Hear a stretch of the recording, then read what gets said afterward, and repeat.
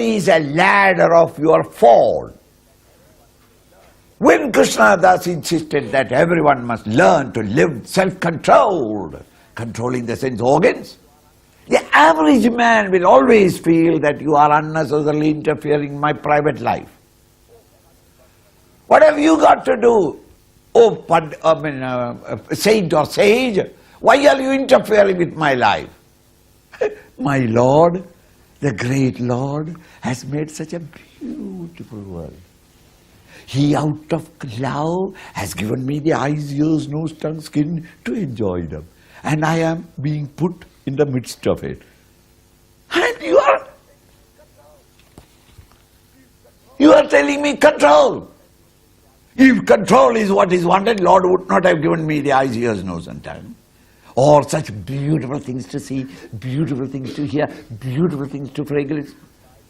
We will not have supplied. All these have been supplied for me to enjoy, and when He so lovingly has given, I must enjoy them. Think, you are coming to my house as a guest, and I cook various things which I think that you will be happy, and I am presenting it. And you say that, yeah, the whole thing is vegetarian only. No, I don't want vegetarian. I eat only after killing something. Every day I must kill, and that dead body alone I will eat. Fresh vegetables, I don't eat it. If that way you say, don't you think that you are wounding that poor lady of the house who has so lovingly cooked for you to enjoy? So even if you don't like it, like a true American, you must say, delicious.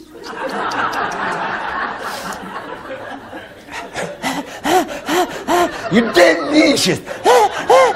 Why? It is burning on you. And yet you must say delicious. That is the way to do it. So should we not enjoy it? This is the argument of those who want permissiveness. Live like an animal in the world. In order to evolve from where you are at this moment, you must control. If I don't control, what happens? You Ram Ram, you will slowly, step by step, slip down and fall until pranashyati. Nasha, destruction. Pranashyati, prakarshena nashyati means total destruction. How? Here you are, the psychological dissection of a human personality, how it will fall from its beauty and brilliance because of its overindulgence.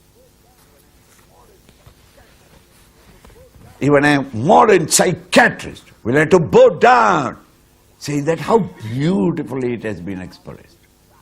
Dhyayato vishayan pumsah, a man who is merely thinking. That is how it starts.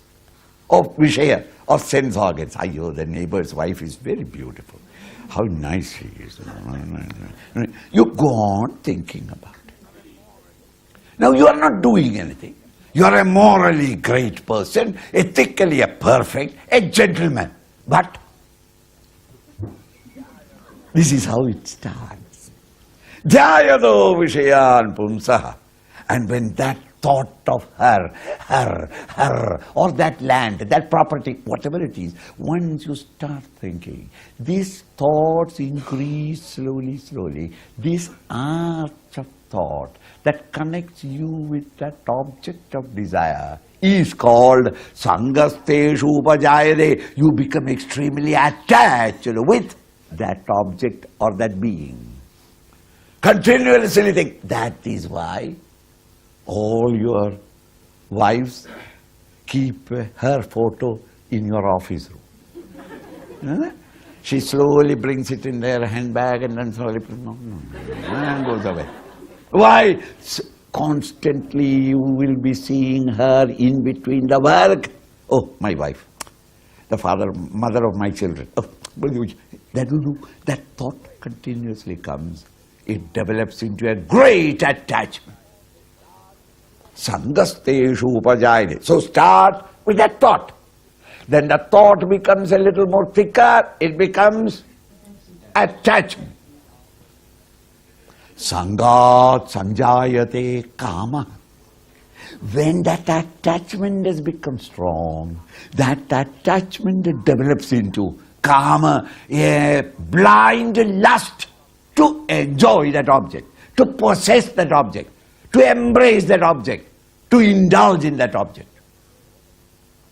Kama comes. So all started with a thought. All these are thoughts only, but the thicker and thicker. Just as drop by drop the water start falling from the mountain, and when they are become a little more, it becomes a brook, a brooklet, and then brooklets meet together become a brook. The brooks meet together becomes a river, and the rivers put together becomes a huge, irresistible power. In the same way, at the thought, if you control, you have controlled.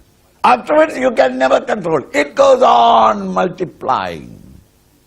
It becomes a lust, desire. Kamat krodho bhijayati. When a desire rises in your mind, only two things can happen. Only two things. There is no third. Either it is satisfied or not satisfied. When a desire comes in your mind, anybody, only two things can happen. I got it or I did not get it. Two things. Now then, 99% of cases your desire will not be fulfilled. Sheer arithmetics of life. Desirable objects are few. Desirers are always many. One beautiful girl, 20 youngsters want to marry her. 20 cannot get one girl, even today. Isn't it? Only one man can get that girl. 19 of them are going to be disappointed. Think. A desirable house, a desirable car, used car, let us say. Any object, a site that I want to purchase, there will be 100 people wanting it. And only one fellow can get it. So the desire fulfillment is only 1%. 99% are going to be disappointed.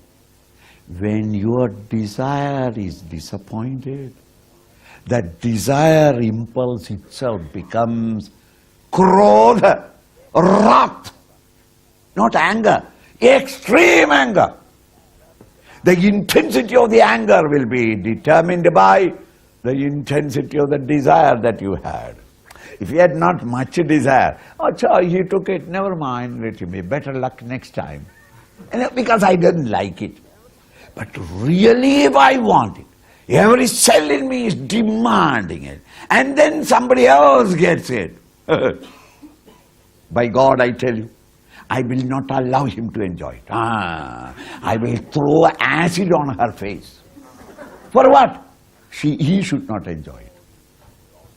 Right? All these mythological stories are mainly based upon this.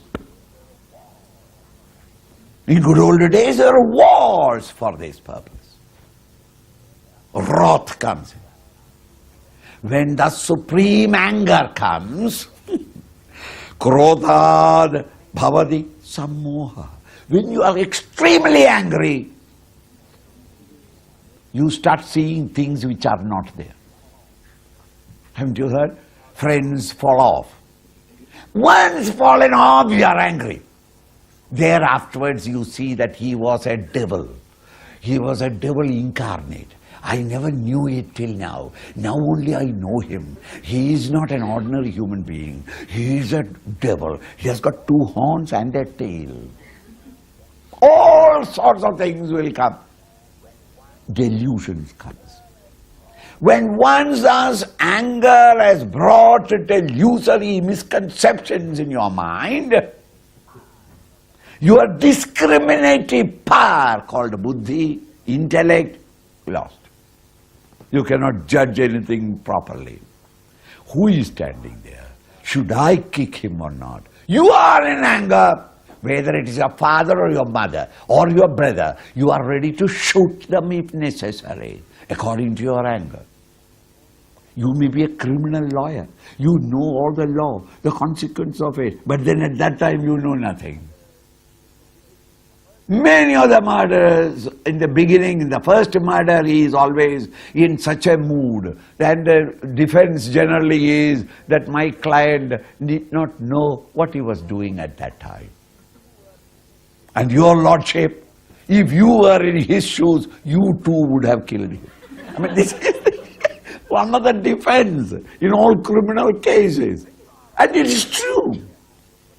When you are angry and extremely angry, you forget everything and you act without the discriminative power. You act like an animal because the intellect is no more there to judge and declare to you or decide for you what should be done and what should not be done. Smriti Bhramshad Buddhinasha. When you are already forgotten all the Smriti memory. Memory is called wisdom. Every one of you have got your own wisdom. The total knowledge that you have got. The medical man has got the medical wisdom. The lawyer has got the wisdom of, the knowledge of law. What do you mean by knowledge of? Memory.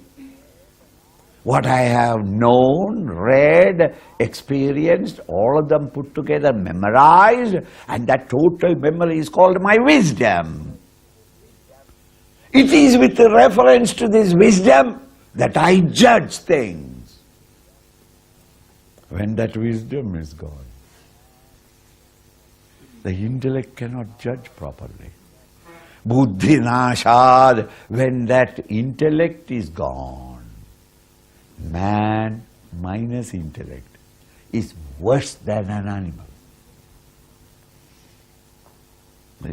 You are a human being and we consider you in our community only because you have got a discriminative power.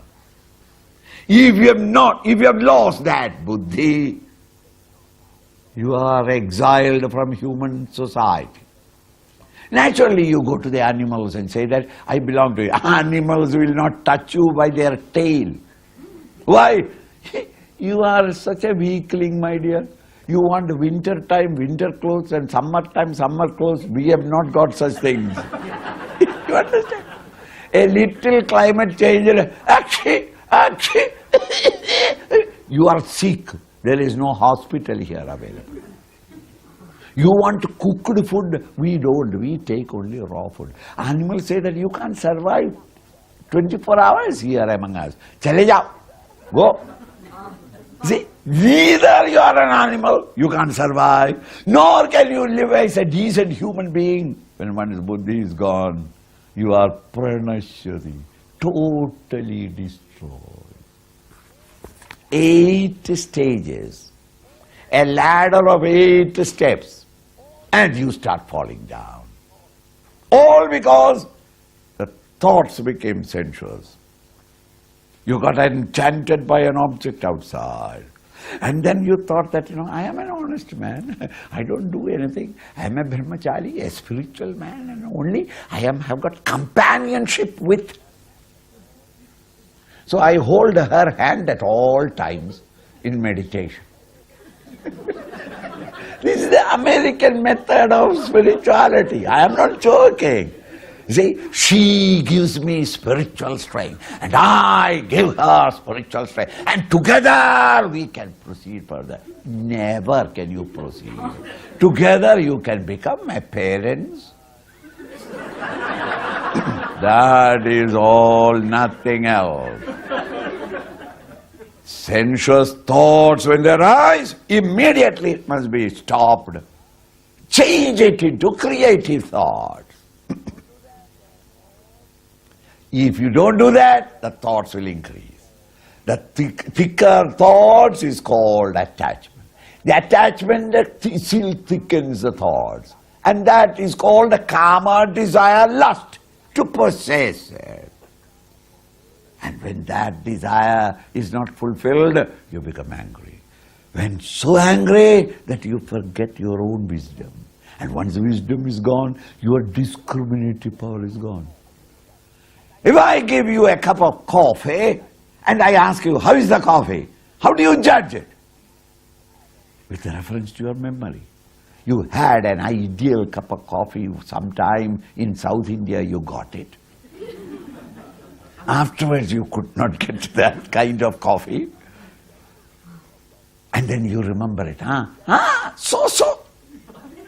You judge it 50%, 40% good, 60% good. How do you judge it?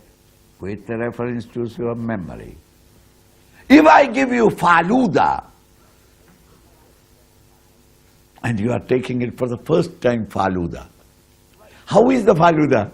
I don't know. Why? You can't judge. Because you have no previous experience of Faluda. This is a pioneer method. Just the first thing. I don't know. Next time I get Faluda in another house, I say that Swami's Faluda was terrible. Why? You compare and contrast it. Yours is so beautiful, so wonderful.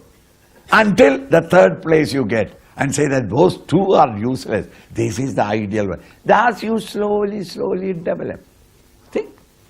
Once the knowledge and wisdom is gone, the intellectual ability to discriminate and judge things will go. And when that is gone, you are worse than an animal.